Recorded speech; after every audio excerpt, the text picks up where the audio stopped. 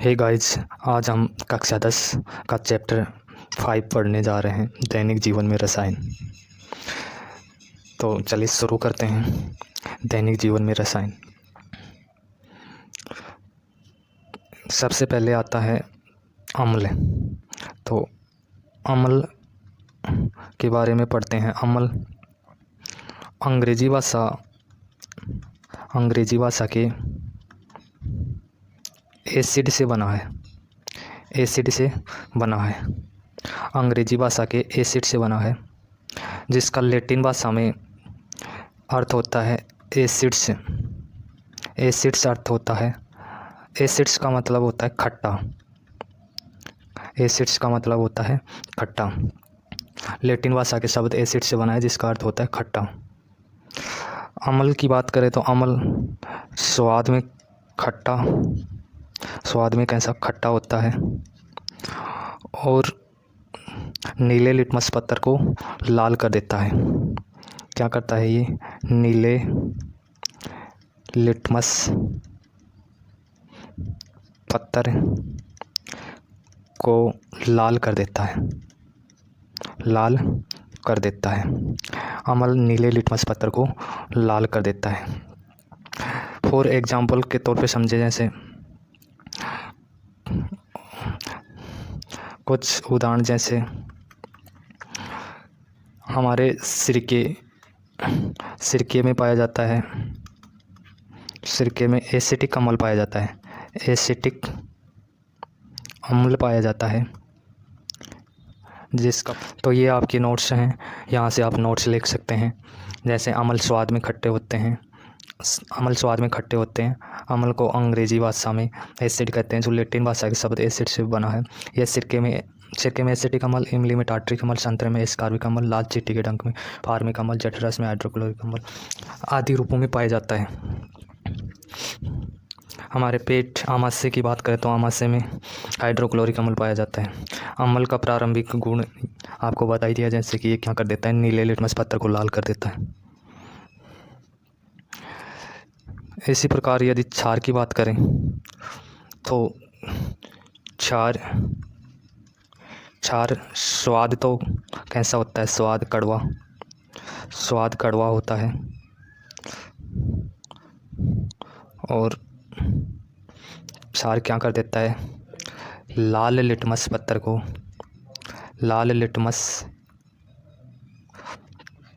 लाल कर देता है, नीला कर देता है। क्षार क्या करता है? लाल लिटमस पत्थर को नीला कर देता है।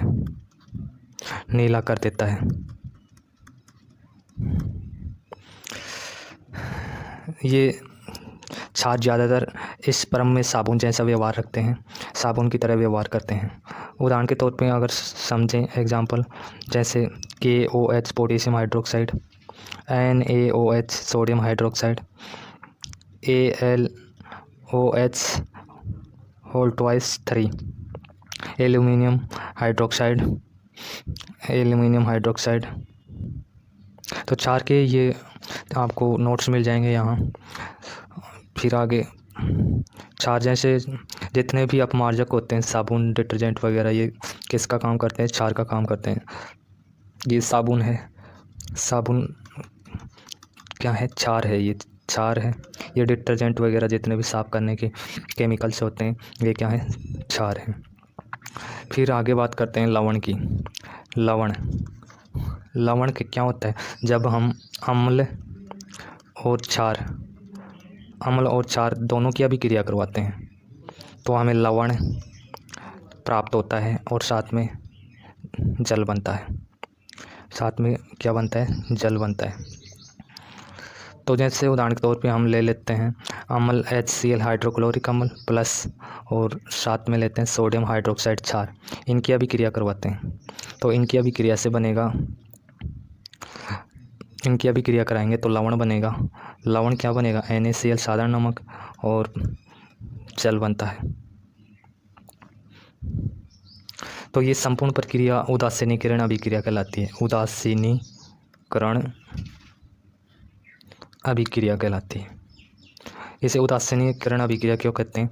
क्योंकि इसके अंदर देखो ये अम्ल और क्षार परस्पर अभिक्रिया करके एक दूसरे के प्रभाव को उदासीन कर देते हैं और लवण व जल बनाते हैं। जैसे हाइड्रोजन पे प्लस, क्लोरीन पे माइनस, सोडियम पे प्लस, हाइड्रोक्साइड पर माइनस, तो प्लस माइनस ये जुड़ जाएगा, NaCl बन जाएगा और OH के साथ जुड़ के क्या बना लेगा? जल बना लेगा।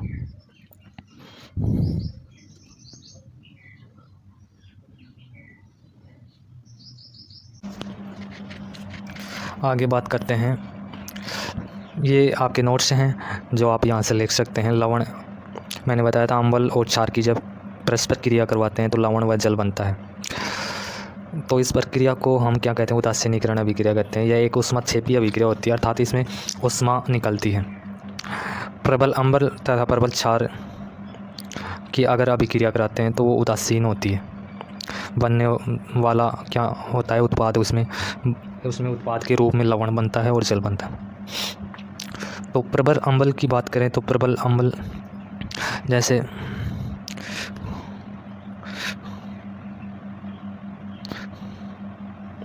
प्रबल अम्ल होता है, प्रबल अम्ल होता है हाइड्रोक्लोरिक अम्ल, सल्फ्यूरिक अम्ल H2SO4। और प्रबल क्षार की बात करें तो प्रबल क्षार होता है सोडियम हाइड्रोक्साइड व पोटेशियम हाइड्रोक्साइड KOH। ये क्या होते हैं? प्रबल क्षार। अगर हम दुर्बल अम्ल की बात करें, दुर्बल अम्ल, तो दुर्बल अम्ल कौन कौन से होते हैं? दुर्बल अम्ल जैसे एसिटिक अम्ल है CH3COOH, एसिटिक अम्ल है।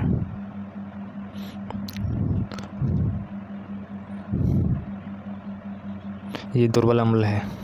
ऐसे ही अगर प्रबल क्षार की बात, प्रबल क्षार और दुर्बल क्षार की बात करें तो दुर्बल क्षार, ऐसे ही दुर्बल क्षार की बात करें तो दुर्बल क्षार कौन सा है? दुर्बल क्षार जैसे मैग्नीशियम हाइड्रोक्साइड,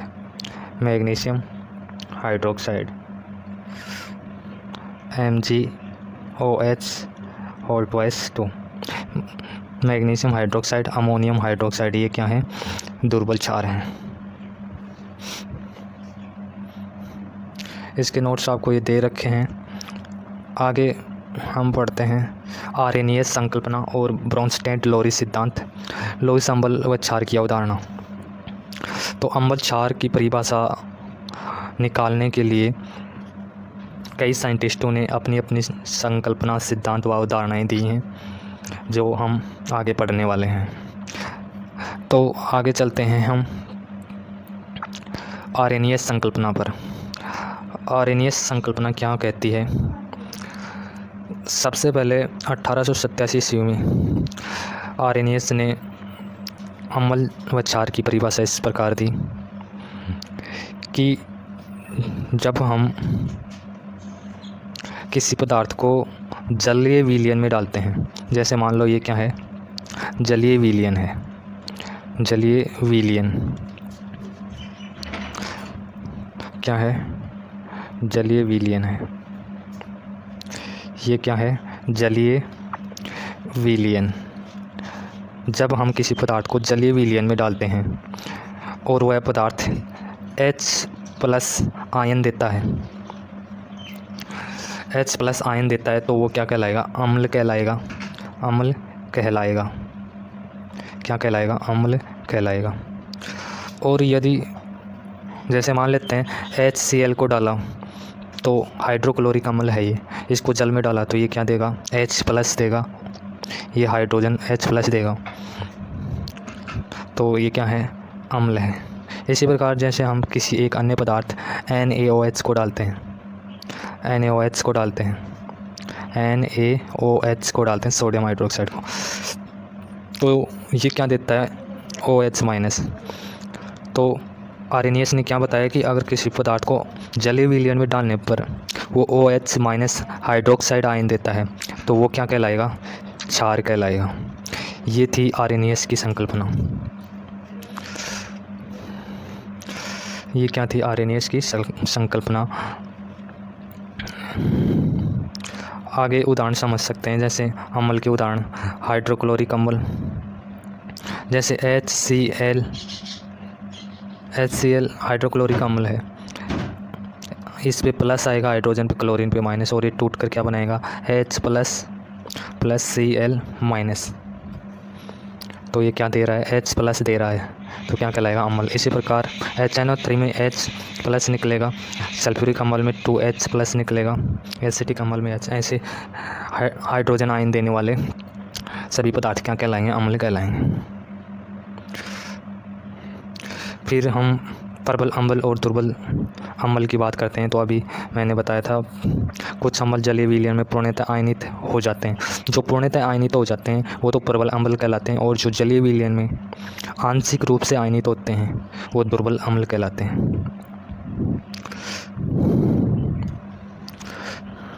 तो प्रबल अम्ल का उदाहरण जैसे हाइड्रोक्लोरिक अम्ल है, सल्फ्यूरिक अम्ल है, नाइट्रिक अम्ल है, ये क्या है, प्रबल अम्ल है। दुर्बल अम्ल के उदाहरण जैसे एसिटिक अम्ल है, कार्बोनिल है, कार्बोनिल, ये क्या है, दुर्बल अम्ल के उदाहरण है।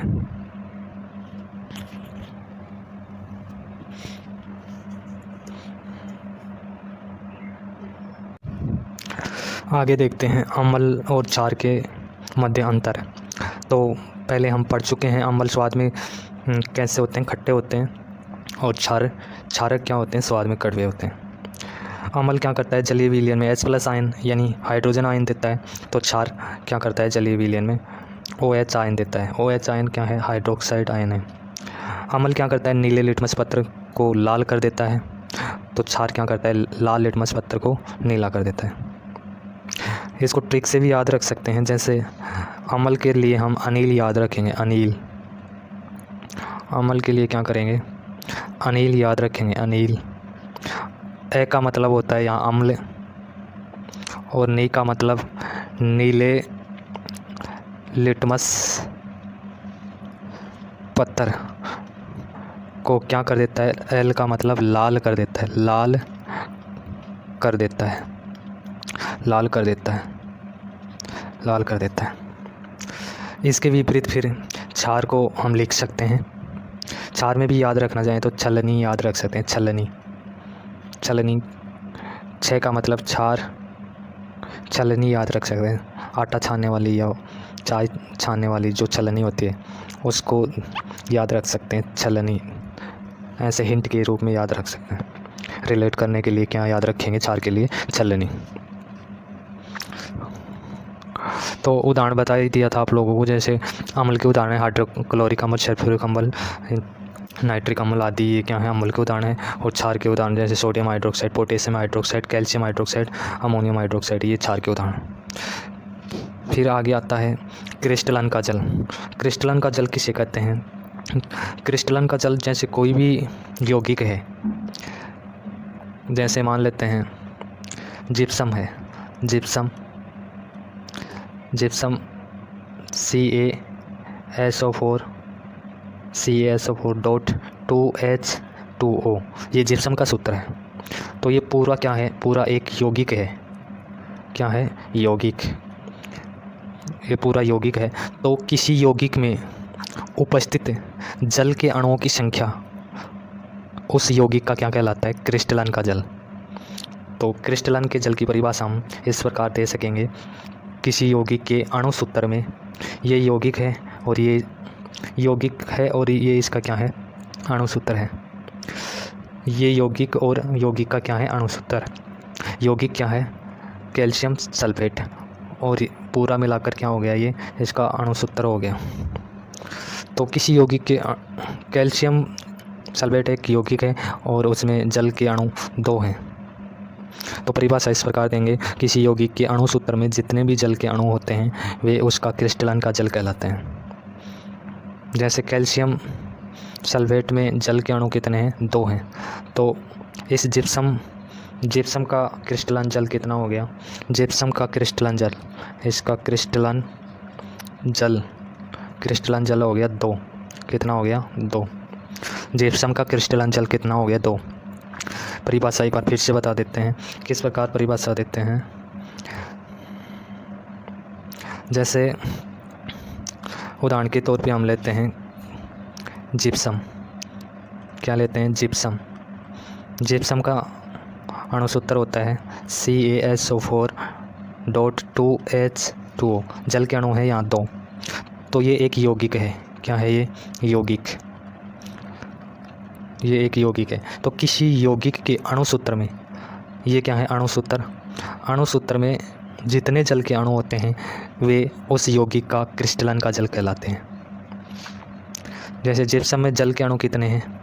जिप्सम में जल के अणु हैं कितने हैं? 2 हैं। जल के अणु कितने हैं? 2। तो इस जिप्सम का क्रिस्टलन जल कितना हो गया? 2। जैसे यहाँ दे रखा है सोडियम कार्बोनेट। सोडियम कार्बोनेट के अंदर जल के अणु हैं 10। तो यहाँ सोडियम कार्बोनेट लवण में 10 अणु जल के हैं, तो इसका क्रिस्टलन जल कितना हो गया? 10 हो गया। उदासीनीकरण अभिक्रिया हम आपको समझा ही चुके हैं। जैसे हाइड्रोक्लोरिक अम्ल था, तो ये H+ हाइड्रोजन और क्लोरीन में टूट जाता है। जब इस H+ और इस क्लोरीन की क्रिया करवाते हैं तो ये अम्ल बनाता है। तो जो ये आयन थे प्लस माइनस, ये एक दूसरे के प्रभाव को क्या कर देते हैं? नष्ट कर देते हैं। एक दूसरे के प्रभाव को नष्ट कर देते हैं और क्या बनाते हैं? हाइड्रोक्लोरिक अम्ल। इसे क्या कहते हैं? उदासीनीकरण अभिक्रिया। ऐसे ही जल पे H+ और OH- परस्पर क्रिया कर क्या बनाएंगे? H2O जल बनाएंगे। सही होकर जल का निर्माण करेंगे, तो इस प्रक्रिया को क्या कहेंगे? उदासीनीकरण अभिक्रिया कहेंगे। ये इस प्रक्रिया में ऊष्मा निकलती है, मुक्त होती है, इसलिए ये क्या कहलाती है? ऊष्माक्षेपी अभिक्रिया कहलाती है। ऊष्माक्षेपी अभिक्रिया। आगे हम पढ़ते हैं ब्रांस्टेड-लोरी सिद्धांत। तो ब्रांस्टेड-लोरी, ये ब्रांस्टेड था एक रसायनज्ञ जो डेनिश देश का था। कहाँ का था? डेनिश देश का था एक रसायनज्ञ। और लोरी था एक अंग्रेज रसायनज्ञ। लोरी क्या था? एक अंग्रेज रसायनज्ञ। दोनों ने मिलकर अम्ल क्षार की परिभाषा इस प्रकार दी कि अम्ल प्रोटॉन दाता होते हैं, यानी जो प्रोटॉन देते हैं, P+ देते हैं, वो तो क्या कहलाते हैं? अम्ल कहलाते हैं। और जो P- ग्रहण करते हैं, प्रोटॉन को ग्रहण करते हैं, वो ग्राही क्या कहलाते हैं? क्षार कहलाते हैं। इस प्रकार डेनिश देश का जो वैज्ञानिक था ब्रांस्टेड और अंग्रेज वैज्ञानिक था लोरी, दोनों ने मिलकर इस प्रकार ये परिभाषा दी। तो इस सिद्धांत का नाम पड़ गया ब्रांस्टेड-लोरी सिद्धांत। इस सिद्धांत के अनुसार अम्ल प्रोटॉन दाता होते हैं तथा क्षार क्या होते हैं? प्रोटॉन ग्राही। यहाँ जैसे H क्या है? अम्ल है जो क्रिया करता है क्षार से, तो क्या बनाता है? संयुग्मी क्षार, और आगे संयुग्मी अम्ल बनाता है। तो यहाँ पर हम ये तीर का चिन्ह नहीं लगाएंगे, ये इससे अभिक्रिया करेगा, तो ये अम्ल इस संयुग्मी क्षार के साथ मिलकर क्या बनाता है? अम्ल संयुग्मी क्षार बनाता है। इसी प्रकार ये क्षार संयुग्मी अम्ल के साथ मिलकर क्या बनाता है? क्षार संयुग्मी अम्ल युग्म बनाता है। ये परस्पर एक दूसरे से क्रिया कर जोड़े का निर्माण कर रहे हैं, युग्म बना रहे हैं। जैसे अम्ल संयुग्मी क्षार के साथ मिलकर एक युग्म बना रहा है, तो इसे क्या कहेंगे? अम्ल संयुग्मी क्षार युग्म। इसी प्रकार ये क्षारक अम्ल संयुग्मी अम्ल के साथ अभिक्रिया कर क्या कर रहा है? क्षार संयुग्मी अम्ल युग्म बना रहा है।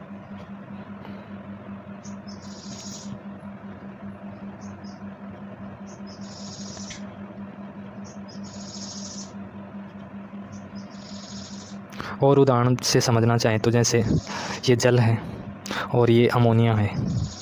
जल अमोनिया के साथ अभिक्रिया करता है, तो जल से एक हाइड्रोजन, यानी जल एक हाइड्रोजन निकाल देता है। क्या कर देता है? प्रोटॉन का दान कर देता है। H+ देगा तो क्या होगा? प्रोटॉन का दान हुआ। और क्या बनाता है? ये OH बनाता है। आगे चल के ये क्या बनाता है? OH बनाता है। तो ये क्या हो गया? प्रोटॉन दाता। इसी प्रकार अमोनिया क्या करता है? अमोनिया आगे चलकर वो जो जल ने प्रोटॉन दान किया था उसे ग्रहण कर लेता है और क्या बनाता है? NH4। तो ये क्या कहलाता है? प्रोटॉन ग्राही, यानी प्रोटॉन इसने क्या किया है? ग्रहण किया है, लिया है। तो यहाँ अमोनिया होगा प्रोटॉन ग्राही, अमोनिया तो क्या हो गया प्रोटॉन ग्राही, और ये जल क्या हो गया, जल हो गया प्रोटॉन दाता हो गया प्रोटॉन दाता।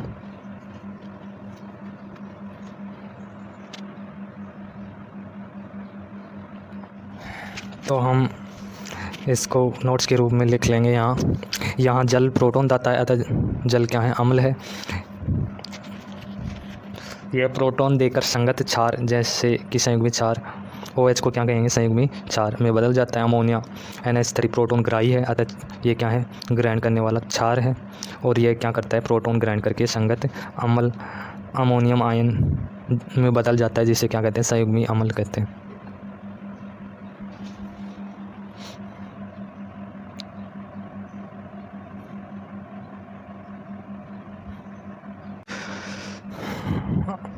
अब हम पढ़ने जा रहे हैं लुईस अवधारणा। अम्ल व क्षार पर लुईस ने क्या अवधारणा दी, तो उस अवधारणा के बारे में हम बात करते हैं। तो लुईस ने क्या बताया और ब्रांस्टेड लोरी ने क्या बताया, यहाँ अंतर भी हम समझेंगे। तो ब्रांस्टेड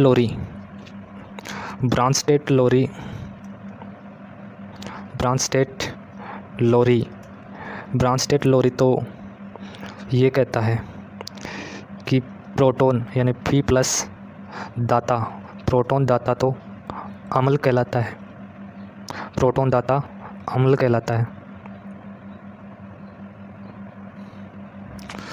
प्रोटॉन दाता अम्ल कहलाता है, यानी प्रोटॉन देने वाला क्या कहलाता है अम्ल, और प्रोटॉन ग्राही यानी ग्रहण करने वाला क्या कहलाता है क्षार कहलाता है। ये थी ब्रांस्टेड लोरी की अम्ल क्षार की परिभाषा। अब हम पढ़ रहे हैं लुईस अवधारणा क्या कहती है।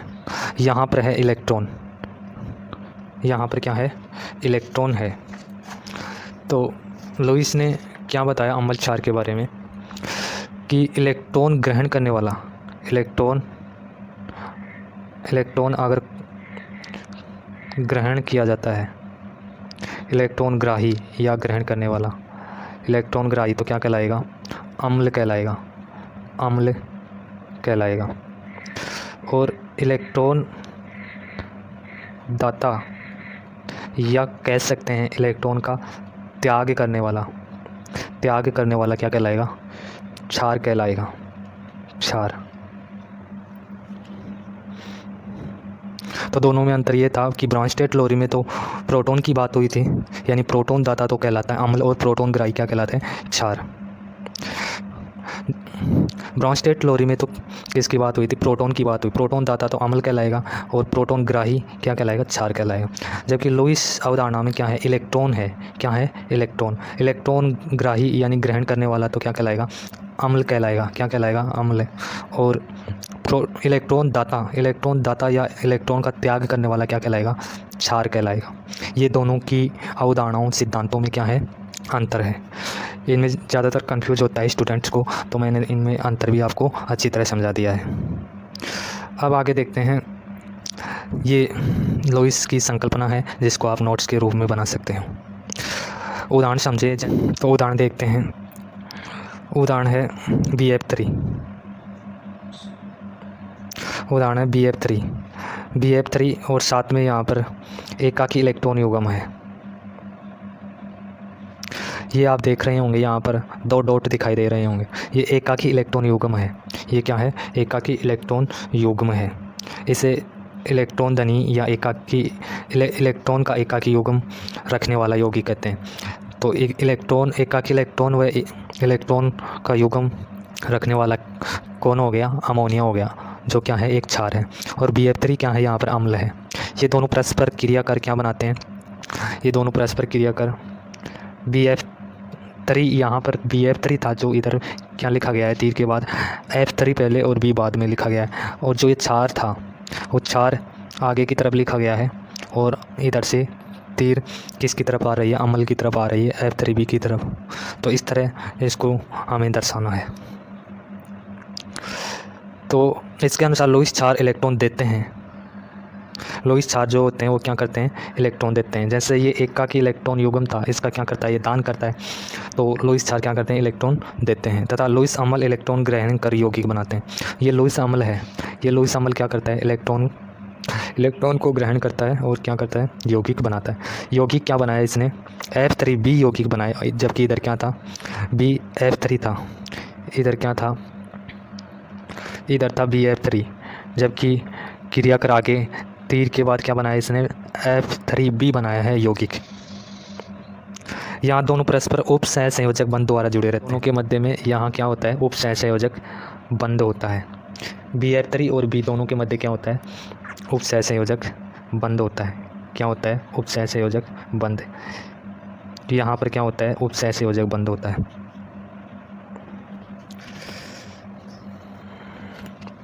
तो इस संकल्पना के अनुसार इलेक्ट्रॉन की कमी वाले यौगिक अम्ल का कार्य करेंगे। जहाँ पर इलेक्ट्रॉन की कमी होगी वो यौगिक क्या कहलाएंगे, अम्ल का कार्य करेंगे। तो हम उन्हें क्या कहेंगे, लोइस अम्ल कहेंगे। साधारणतः धन आयन या वे यौगिक जिनका अष्टक अपूर्ण होता है लोइस अम्ल कहलाते हैं। धन आयन हो, साधारणतः कैसे यौगिक हो, धन आयन यौगिक हो। जैसे बोरोन है, बोरोन इसका परमाणु क्रमांक 5 होता है। तो 1s2 2s2 2p1, इसका जो दूसरा कक्षक है, दूसरे कक्षक में कितने इलेक्ट्रॉन है, 3 ही है। जबकि आने कितने चाहिए, 8 इलेक्ट्रॉन आने चाहिए। यहाँ p कक्षक में 6 भरे जाते हैं, भरा हुआ कितना, 1 ही है, इसलिए क्या है, अष्टक अपूर्ण है। इसी प्रकार एल्यूमिनियम की बात करें तो एल्यूमिनियम 13 पे आता है, तो इसका अष्टक अपूर्ण है। जैसे 1s2 2s2 2p6 10 3s2 3p1।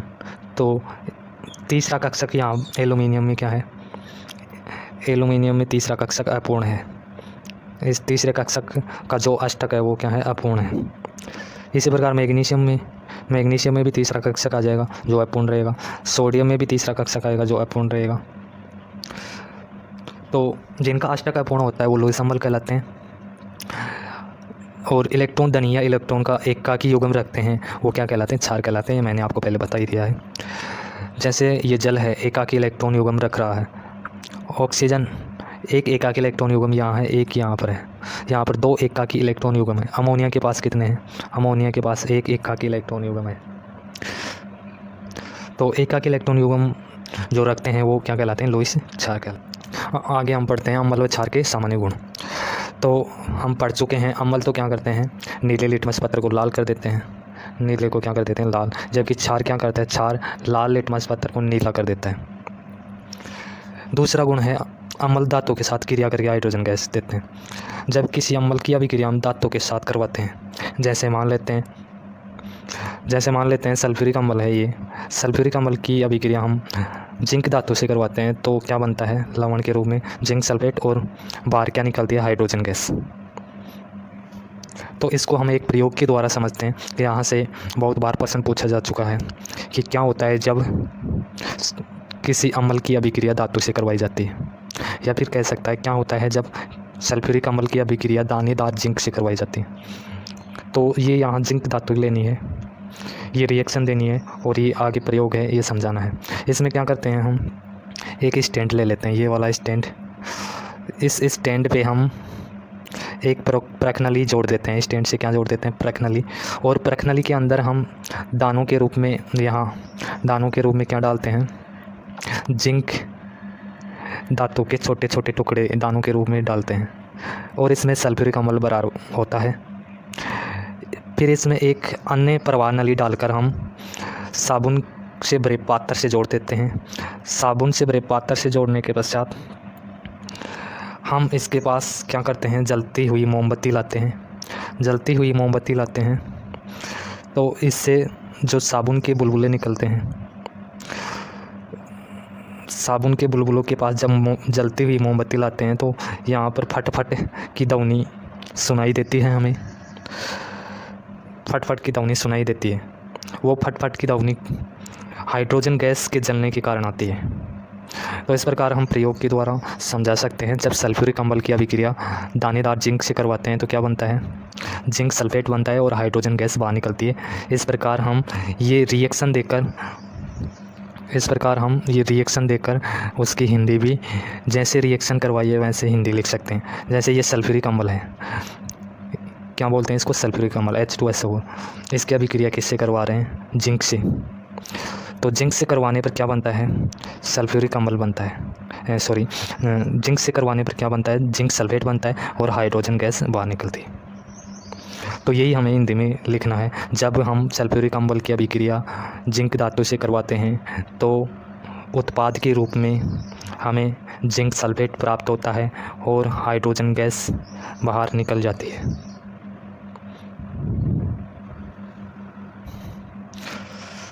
आगे से हमने पढ़ा अम्ल से अभिक्रिया। तो अब क्षार से अभिक्रिया पढ़ते हैं। जब जिंक धातु की क्षार से अभिक्रिया करवाते हैं तो भी क्या बनता है, लवण और हाइड्रोजन गैस बाहर निकलती है। परंतु सभी धातुओं की क्षारों के साथ अभिक्रिया में हाइड्रोजन गैस नहीं बनती। प्रत्येक क्षार के साथ ऐसा नहीं होता कि हाइड्रोजन गैस बाहर निकले। यहाँ पर रिएक्शन को समझना चाहिए। तो 2NaOH + Zn, तो यहाँ पर सोडियम 2 हैं, ये 2 सोडियम के लिए भी है और OH के लिए भी है, यानी यहाँ ऑक्सीजन भी 2 हैं, हाइड्रोजन भी 2 हैं।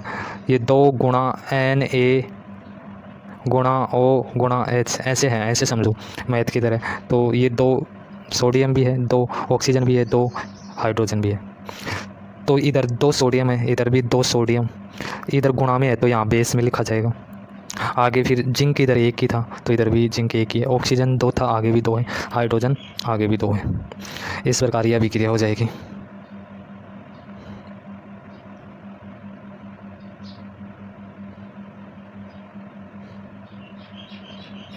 तीसरा गुण है अम्ल धातु ऑक्साइड के साथ अभिक्रिया करके लवण व जल बनाते हैं। धातु ऑक्साइड की बात करें हम तो अम्ल क्या करता है, जल बनाता है धातु ऑक्साइड के साथ। जैसे मान लेते हैं धातु ऑक्साइड हम CaO है, कैल्शियम ऑक्साइड, क्या है, calcium oxide, CaO calcium oxide की अभिक्रिया हम करवा रहे हैं HCl हाइड्रोक्लोरिक अम्ल से करवा रहे हैं। हाइड्रोक्लोरिक अम्ल से करवाने पर देखो निकलेगा क्या, लवण बनेगा और जल बाहर निकलेगा। तो हमें जल बनाने के लिए यहाँ क्या करना पड़ेगा, 2H करना पड़ेगा। 2H करेंगे तो इस पे प्लस धातु है और ये ऑक्सीजन पे माइनस, कैल्शियम धातु इस पे प्लस आएगा, इस पे माइनस, और इस हाइड्रोजन पे प्लस, क्लोरीन पे माइनस। तो ये इसके साथ जुड़ेगा और कैल्शियम इसके साथ जुड़ेगा। तो यहाँ 2 लगाया तो मैंने पहले बताया था कि ये 2 हाइड्रोजन भी 2 है, क्लोरीन भी 2 है। तो Ca ये हो जाएगा Cl2, इधर गुणा में लिखा हुआ है तो यहाँ कहाँ तीर के बाद कहाँ आएगा, बेस में आधार में आएगा।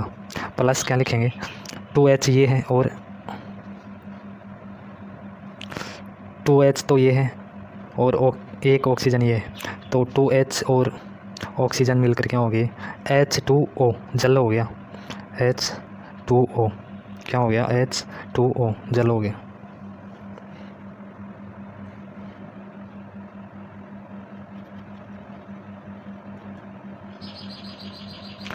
फिर से समझिए। अब तीसरा गुण है अम्ल धातु ऑक्साइड के साथ अभिक्रिया कर लवण और जल बनाते हैं। धातु ऑक्साइड की बात करें तो जैसे CaO कैल्शियम ऑक्साइड है, अम्ल है HCl हाइड्रोक्लोरिक अम्ल। अब ये अभिक्रिया करता है इसके साथ, तो इस पे प्लस, इस पे माइनस, इस पे प्लस, इस पे माइनस, लवण व जल बनना चाहिए। तो यहाँ पर 2 करेंगे तब जल के अंदर क्या होता है, H2O हाइड्रोजन 2 होते हैं, तो 2 बनाने के लिए हमें यहाँ 2 करना पड़ेगा। 2 किया तो हाइड्रोजन भी 2 हो गया, क्लोरीन भी 2 हो गया। अब प्लस माइनस जुड़ेंगे, कैल्शियम किसके साथ जुड़ेगा, इसके साथ। यहाँ क्लोरीन 2 है, ये 2 गुणा में है, इसके लिए भी है, इसलिए क्या हो जाएगा CaCl2।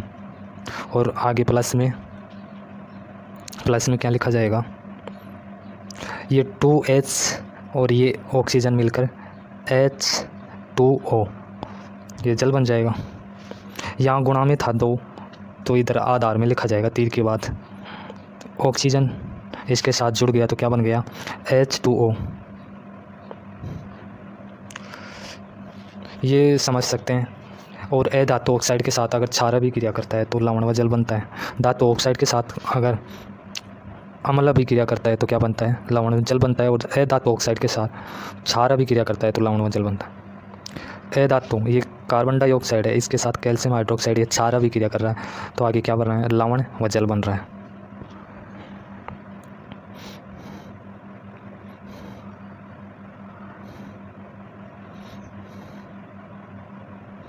इसकी रिएक्शन इस प्रकार है। ये रिएक्शन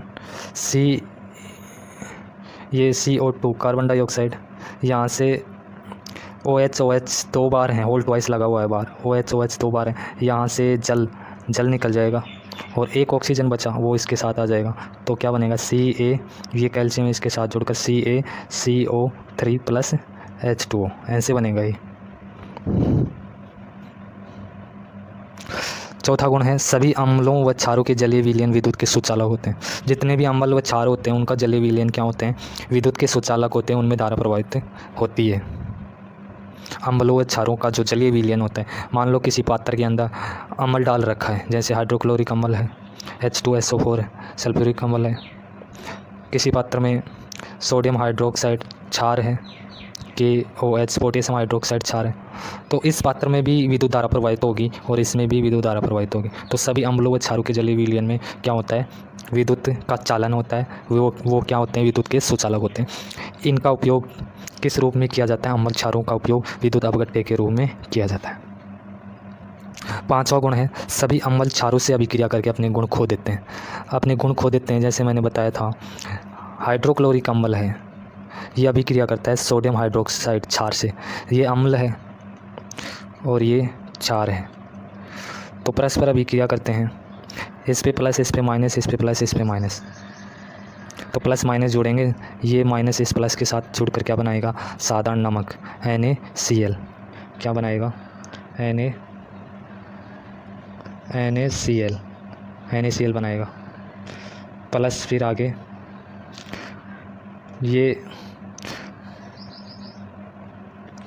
ये हाइड्रोजन इस OH से जुड़कर क्या बनाएगा, ये दोनों जुड़कर जल बनाएंगे, H2O, जल बनाएंगे। तो यह अभिक्रिया क्या कहलाती है, उदासीनीकरण, जो हम पहले पढ़ चुके हैं। ये अम्ल क्षार के क्या हैं, सामान्य गुण हैं। तो इनको आप नोट्स के रूप में वीडियो को रोक करके बना सकते हैं।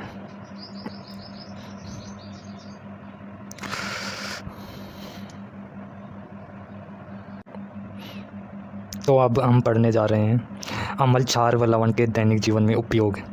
तो अम्ल क्षार व लवण के दैनिक जीवन में क्या क्या उपयोग हैं उसके बारे में ज़रा जान लेते हैं। तो सल्फ्यूरिक अम्ल H2SO4 सल्फ्यूरिक अम्ल, हाइड्रोक्लोरिक अम्ल HCl, HNO3, नाइट्रिक अम्ल, ये तीनों क्या कहलाते हैं, ये तीनों खनिज अम्ल कहलाते हैं, खनिज अम्ल कहलाते हैं। इन्हें क्या कहा जाता है, खनिज अम्ल। पौधों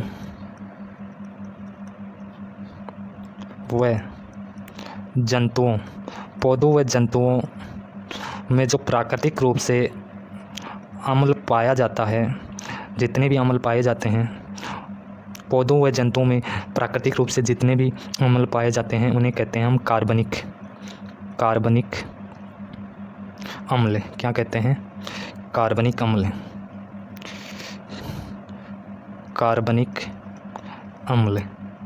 क्या कहते हैं, कार्बनिक अम्ल।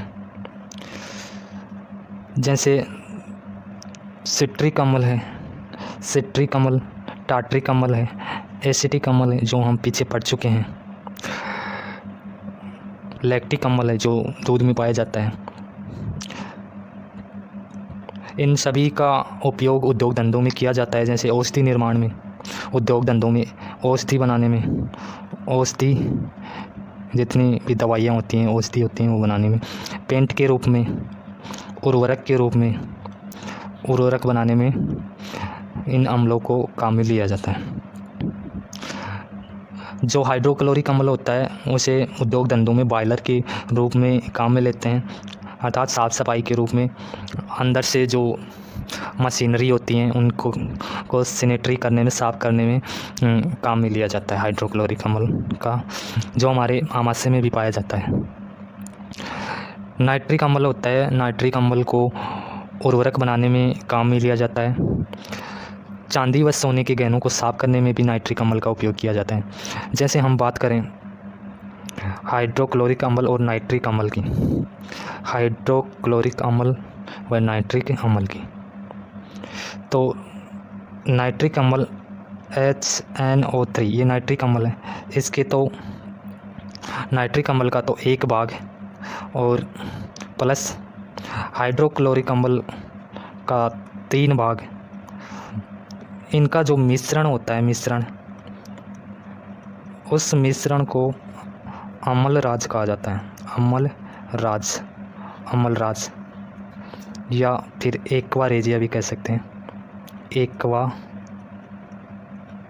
Regia, aqua regia, aqua regia. तो कई बार क्वेश्चन आता है एक्वा रेजिया में नाइट्रिक अम्ल व हाइड्रोक्लोरिक अम्ल का कितना अनुपात होता है। तो नाइट्रिक अम्ल का अनुपात 1 होता है। हाइड्रोक्लोरिक अम्ल का अनुपात कितना होता है? हाइड्रोक्लोरिक अम्ल का अनुपात 3 होता है। एक्वा रेजिया किस प्रकार बनाया जाता है, इस तरह भी प्रश्न पूछा जाता है। तो एक्वा रेजिया या अम्लराज को किस प्रकार बनाया जाता है? एक्वा रेजिया व अम्लराज को बनाने के लिए हम क्या करते हैं, नाइट्रिक अम्ल का 1 अनुपात लेते हैं व हाइड्रोक्लोरिक अम्ल का 3 अनुपात लेकर दोनों का मिश्रण तैयार करते हैं। बनने वाला मिश्रण अम्लराज या एक्वा रेजिया कहलाता है। इस प्रकार हम क्वेश्चन का आंसर दे सकते हैं। आगे बात करें तो जो सल्फ्यूरिक अम्ल होता है, सल्फ्यूरिक अम्ल हम सभी जानते हैं। सल्फ्यूरिक अम्ल को रसायन का किंग कहा जाता है। क्या कहते हैं? रसायन का किंग कहते हैं। रसायन विज्ञान का राजा सल्फ्यूरिक अम्ल को कहते हैं। हम सभी जानते हैं H2SO4 अर्थात सल्फ्यूरिक अम्ल को क्या कहते हैं? सल्फ्यूरिक अम्ल को रसायन विज्ञान का राजा कहते हैं। रसायन विज्ञान का क्या कहते हैं? राजा। क्योंकि जितने भी कच्चे उत्पाद होते हैं इसके द्वारा बनाए जाते हैं, इसलिए ये क्या कहलाता है? रसायन विज्ञान का राजा। क्षारों की बात करें तो क्षारों में हम सभी जानते हैं क्षार जैसे सोडियम हाइड्रोक्साइड है, कैल्शियम हाइड्रोक्साइड है, मैग्नीशियम हाइड्रोक्साइड है, कैल्शियम कार्बोनेट है, फिटकरी है, सिल्वर नाइट्रेट है, ये सभी क्या हैं? क्षार हैं। तो कैल्शियम CaOH2 ये है कैल्शियम हाइड्रोक्साइड। कैल्शियम हाइड्रोक्साइड इसका उपयोग मिट्टी की अम्लता को दूर करने में, मिट्टी में हमारे खेतों के अंदर जो अम्लीयता पाई जाती है उसको दूर करने में इसका उपयोग किया जाता है कैल्शियम हाइड्रोक्साइड का। मैग्नीशियम हाइड्रोक्साइड MgOH2 इसे milk of magnesia milk of magnesia भी कहते हैं।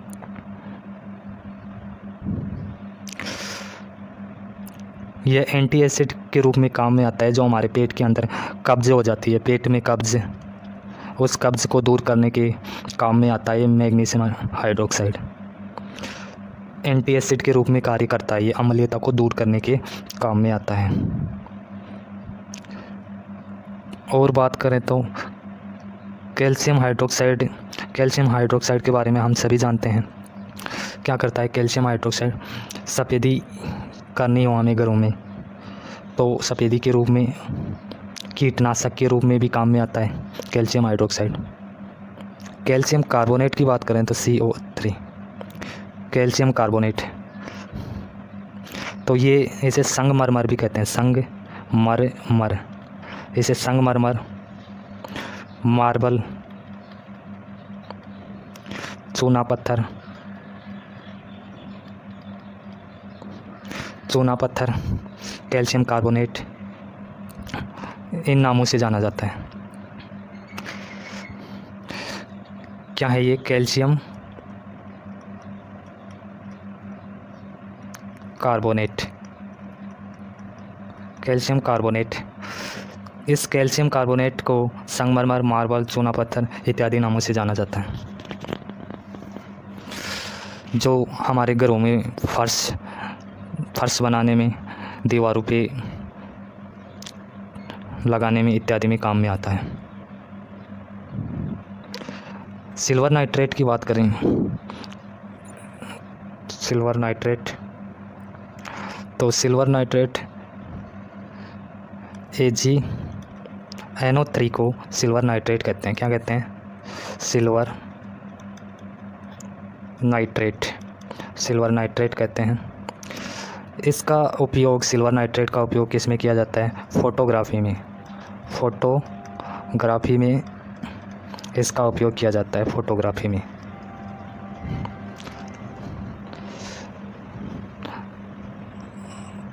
आगे फिटकरी की बात करें, तो फिटकरी का सूत्र होता है K2SO4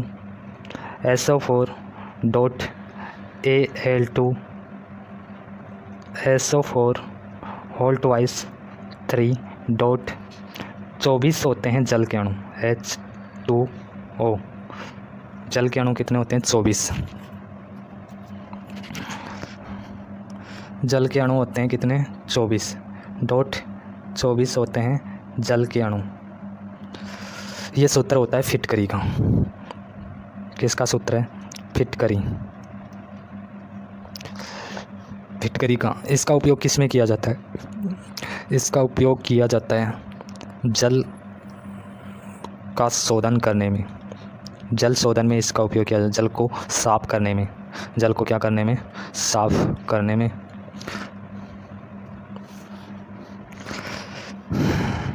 और इसका उपयोग हम सभी जानते हैं, जो नाई होता है, नाई के पास नाई क्या करता है? चेहरे पे लगाता है, जिससे कि दाग, धब्बे, फुंसी इनका प्रभाव कम हो सके। जो सफ़ेद बर्फ़ की सिल्ली की तरह आती है, छोटी सी फिटकरी बर्फ़ की तरह होती है ये। तो नोट्स आप लोग यहाँ से बना लेंगे।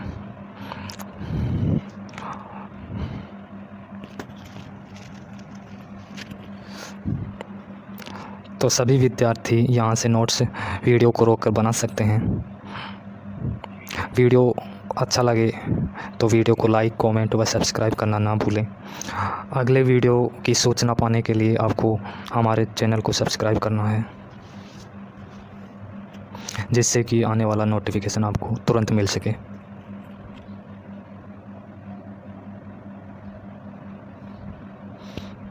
हे गाइस, वीडियो अच्छा लगा हो तो लाइक करें, कमेंट करें, सब्सक्राइब कर बेल आइकन बगल में जो घंटा है उसे ज़रूर दबा लें, जिससे कि आगे जो वीडियो अपलोड हो उसकी नोटिफिकेशन आपको तुरंत मिल सके।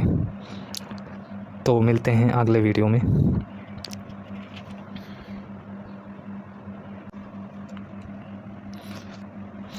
अम्ल, क्षार व लवण के उपयोग हम पीछे पढ़ चुके हैं, जिनके ये नोट्स हैं। आप अपनी सुविधा अनुसार अपने नोटबुक में इनको लिख सकते हैं।